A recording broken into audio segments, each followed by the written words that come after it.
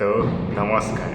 সুপ্ৰভাত বন্ধুসকল আজি আমি আকৌ নতুন এটি ভিডিঅ'ত হিমন্ত বিশ্ব শৰ্মা ডাঙৰীয়া আৰু লগতে পীযুষ হাজৰিকা ডাঙৰীয়াকো ৰ'ষ্ট কৰিবৰ কাৰণে নতুন এটা ভিডিঅ' বনাবলৈ আকৌ আগবাঢ়ি আহিছোঁ। আপুনি যদি মোৰ চেনেলটো প্ৰথমবাৰৰ কাৰণে দৰ্শন কৰিছে তেনেহ'লে অনুগ্ৰহ কৰি ছাবস্ক্ৰাইব, লাইক আৰু এটা মৰম লগা কমেণ্ট কৰিব দেই, নাপাহৰিব কিন্তু দেই সেইটো কৰিবলৈ।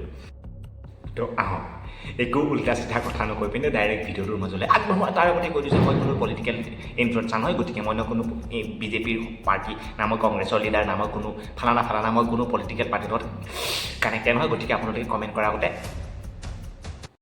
आइए देखते हैं बैठचंद मजा आएगा। আমাৰ হিমন্ত বিশ্ব শৰ্মা ডাঙৰীয়া আমাৰ মানে মোৰ নহয় দেই, কিন্তু অসমৰ মানুহ আমি আমাৰ যি নহয় মুঠতে হিমন্ত বিশ্ব শৰ্মা ডাঙৰীয়া সেইজনে মই দালাল বুলি কওঁ যে একচুৱেলি কথাটো মিছা নহয়, সঁচা কথা। কিয় জানেনে, তেওঁ প্ৰেছ কনফাৰেঞ্চত কৈছে যে দীঘলী পুখুৰীত হেনো এডালো গছ কটা নাই। এডালো গছ কটা নাই, এইটো তথ্যৰ ওপৰত নিৰ্ভৰশীল নহয়। আপোনালোকৰ লগত আমি একেলগে গছবোৰ চাব যাম, প্ৰত্যেকজোপা গছ জীয়াই আছে। আচ্ছা, মানে দীঘলী পুখুৰীত বৰ্তমানলৈকে এডালো গছ কটা হোৱা নাই জুবিনদাৰ মৃত্যুৰ পাছত। তেতিয়াহ'লে এয়া কি?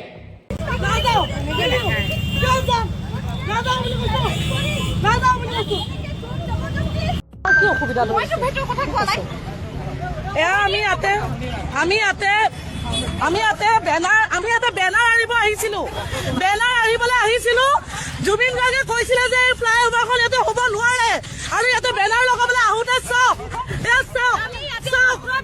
বেনাৰ এখন লগাব আহিছিলো যে দীঘলী পুখুৰীত গছ কাটিব নোৱাৰে আৰু ফ্লাইঅভাৰ বনাব নোৱাৰে। তেওঁলোকে কোনো কথা ট্ৰান্সপাৰেণ্ট নকৰি পেলাই আজি ইয়াতে বেনাৰ লগাব অহাৰ কাৰণে আমাক এৰেষ্ট কৰিছে, ডিটেইন কৰিছে। এডালো গছ কটা নাই, এইটো তথ্যৰ ওপৰত নিৰ্ভৰশীল নহয়। আচ্ছা মামা, আচ্ছা, মানে দা ক্ৰছ কাৰেণ্টৰ লগতে বহু কিছুমান লোকেল নিউজ চেনেলে নিউজটো কভাৰ কৰাৰ পাছতো জুবিনদাৰ মৃত্যুৰ পাছত দীঘলী পুখুৰীত গছ কটা নিউজ কভাৰ কৰাৰ পাছতো আপুনি চালা দিন দুপৰতে ইমান ডাঙৰ মিছা কথা ক'বলৈ আপুনি অকণমানো লজ্জা চৰম নালাগে নেকি মামা? অকণমানো মানে নাকত লাজ চৰম বোলা বস্তুটো আপোনাৰ নাই নেকি?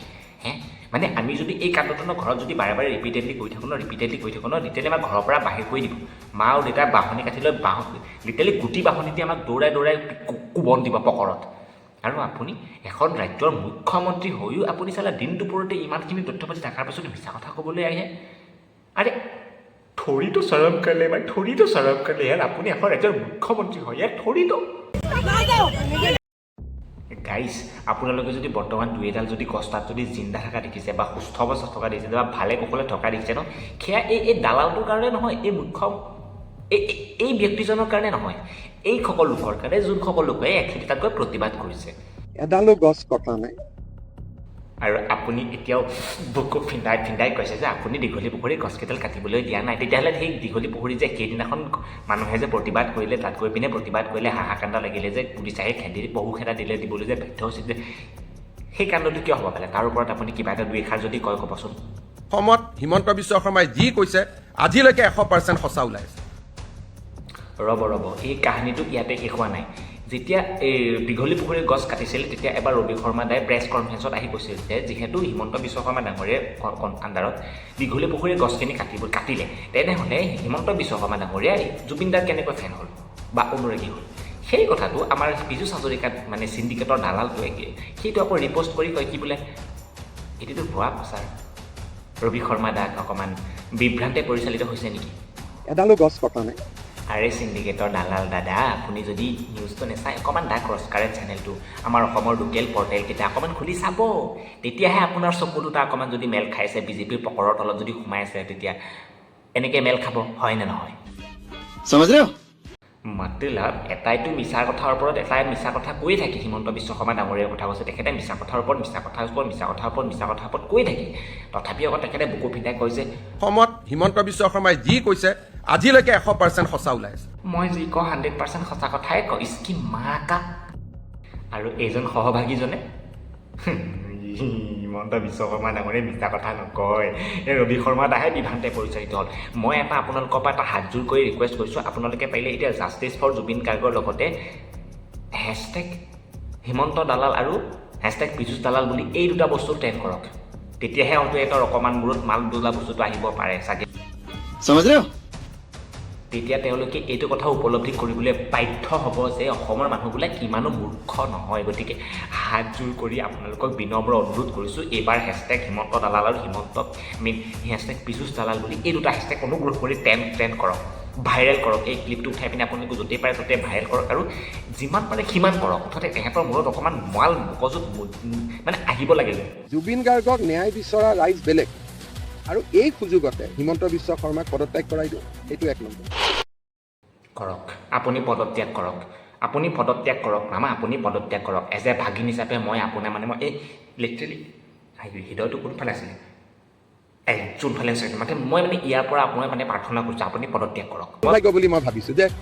ধৰি আনিলোঁ কোনেও নকয় যে গোটেইকেইজনক ৰেকৰ্ড সংখ্যক সময়ত ধৰি আনিলে কোনেও নকয় যে হিমন্ত বিশ্ব শৰ্মাই ভাল কাম কৰিছে ধৰি আনিছে এনেই আপুনি কোনখন দেশৰ পৰা ধৰি আনিছিলে পলাই থাকোঁতে এনেই আপুনি ক'ৰ পৰা ধৰিছিল বাৰু মোক সেইটো কথা কওকচোন আপুনি ধৰি আনিছে বুলি যে ইমান যে বুকু ফিন্দাই যে আপুনি যে কৈছে ধৰি আনিছোঁ আপুনি ক'ৰ পৰা ধৰি আনিছিলে নি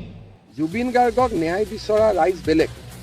আৰু এই সুযোগতে হিমন্ত বিশ্ব শৰ্মাক পদত্যাগ কৰাই দিওঁ এইটো 1 নম্বৰ আৰু আপোনাৰ টাৰ্গেট হৈছে 2026 চনলৈকে কেনেকৈ কেছটো অকণমান দীঘলীয়াই জুবিনদাৰ ন্যায় নামত লাষ্টত গৈ ভোট বেংকটো গঢ়া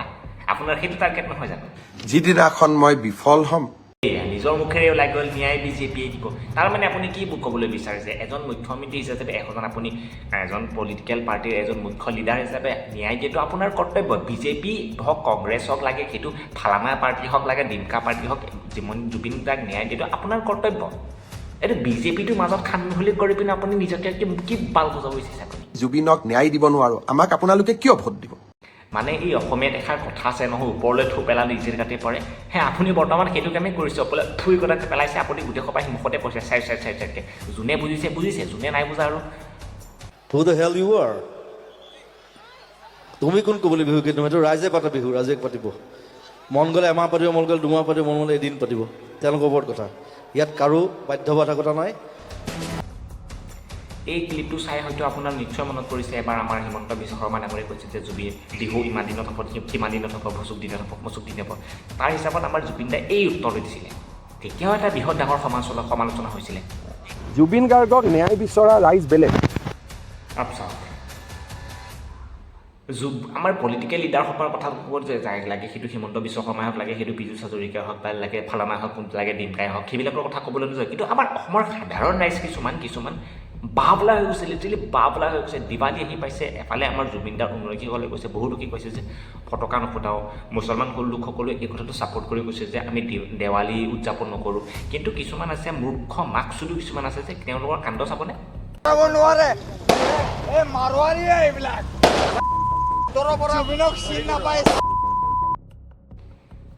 এইসকল লোকৰ কাৰণে আজি আমাৰ সমাজখনত বৰবাদ হৈ আছে এইসকল লোকৰ কাৰণে আপোনালোকে যদি মোৰ ভিডিঅ' চাইছে তেতিয়াহ'লে আপোনালোকে যি বাল কৰে কৰিব যি বাল ছিঙিব এইসকল জধাৰ মূৰ্খ লোকৰ কাৰণে আজি অসমৰ সমাজখন বৰবাদ হৈ আছে একতা নাই লিটাৰেলি একতা নাই বম লৈ আছে তথাপিও জয় জুবিনদা হৈছে ইফালে কিছুমানে কৈছে জয় জুবিনদাৰ ন্যায় নোপোৱালৈকে আমি বম নুফুটাও কোনো ধৰণৰ উদযাপন নকৰোঁ মায়াবিনী গানটো গাই আমি ওলাই আহি আছিলো মানটো গাই জাষ্ট ওলাই আহিছো পুলিচে এনেকে ধৰিছে এয়াই দেখিছে তেওঁলোকে খালি মায়াবিনীৰ গানটো গাই পিনে ৰাস্তাত ওলাই গৈ আছিলে আৰু এই পুলিচে মতলব এতিয়া জুবিনদাৰ কাৰণে ন্যায় বিচাৰি যদি আপুনি ৰাস্তাত ওলাই যদি প্ৰতিবাদ কৰে ন হিমন্ত বিশ্ব শৰ্মাৰ চকুত আপুনি এগৰাকী জুবিনদা অনুৰাগী নহয় আপুনি লিটাৰেলি এজন আল কায়দা আলফাল টেৰৰিষ্ট হয় তেওঁৰ চকুত সেইকাৰণে আপোনাক লৈ গৈ AK-47 গুলিয়াবও পাৰে আপোনাৰ পিঠিত আপোনাৰ ভৰিৰ ছাল ছিঙি দিবও পাৰে আপুনি দুই মাহৰ পৰা ঘৰৰ পৰা ওলাই গৈছে আপোনাৰ ভৰিটো ভাঙি দিবও পাৰে চ' আপুনি অনুগ্ৰহ কৰি জুবিনদাৰ ন্যায় বিচাৰি ন ৰাস্তাত ওলাই নাযাব উল্টা পাৰিলে যদি হেছটেগ হিমন্ত বিশ্ব শৰ্মা দালাল বুলি লিখি পিনে ফেচবুকত ট্ৰেণ্ড কৰক য'তেই পায় ট্ৰেণ্ড কৰক মুঠতে আজিতো আন্দোলন শেষ হৈ যাব যদি হিমন্ত বিশ্ব শৰ্মাই পদত্যাগ কৰি দিয়ে এই ভাই কৰ তই বহুত পদত্যাগ কৰিম বুলি বহুতবাৰ কেলা বকিলি কৰ ভাই পদত্যাগ কৰক আপুনি পদত্যাগ কৰক মাননীয় মুখ্যমন্ত্ৰী ডাঙৰীয়া আপোনাক মই হাতযোৰ কৰি প্ৰণাম কৰিছোঁ অনুগ্ৰহ কৰিছোঁ আপুনি পদত্যাগ কৰক নালাগে আপোনাৰ দৰে ইমান গুণী জ্ঞানী আমাৰ অসমৰ মানুহে ডিজাৰ্ভ নকৰে আপোনাৰ দৰে ইমান একেবাৰে ওপৰৰ লেভেলৰ মানুহ আমাৰ অসমৰ মানুহে ডিজাৰ্ভ নকৰে আপুনি পদত্যাগ কৰক নালাগে কৰক হিমন্ত বিশ্ব শৰ্মাই পদত্যাগ কৰি দিয়ে মানে কি ক'ম আৰু না আপুনি জুবিনদাৰ দৰে এজন ব্যক্তিৰ কাৰণে ৰাস্তাত ওলাই শান্ত হৈ প্ৰতিবাদ কৰিব নোৱাৰে না জুবিনদাৰ গান অলপমান জয় জুবিনদা চিঞৰি পিনে আপুনি ৰাস্তাত ওলাবও নোৱাৰে মানে সেনেকুৱা কৰিলে আপুনি জুবিনদাৰ অনুৰাগী নহয় আপুনি এজন টেৰৰিষ্ট হৈ পৰিলে মতলব এটা সীমা থাকে ভাই তো বাছ গাইজ এখেতৰো টোপনি লাগিছে মোৰ মইনাজনীৰ গতিকে যিমান ভিডিঅ' নবনাওঁ বুলি ভাবোঁ সিমানেই মানে ভিডিঅ'বোৰ আহি থাকে, মাথাটো গৰম হৈ থাকে। গতিকে নবনাওঁ বুলি ভাবিলেও মানে মনটোৱে নামানে, গতিকে বনাবলৈ বাধ্য হৈ যাওঁ। গতিকে যদি ভিডিঅ'টো আপোনালোকে ইমানখিনিলৈকে চাইছে, এই মইনাজনীৰ কাৰণে লাইক এটা, ছাবস্ক্ৰাইব এটা, ভিউ এটা, কিবা এটা কৰি থৈ যাব দেই। গতিকে আজিলৈ ইমানতেই। বৰ্তমান নিশাও বহুত হৈছে, 2টা পাৰ হৈ গ'ল। গতিকে জয় আই অসম।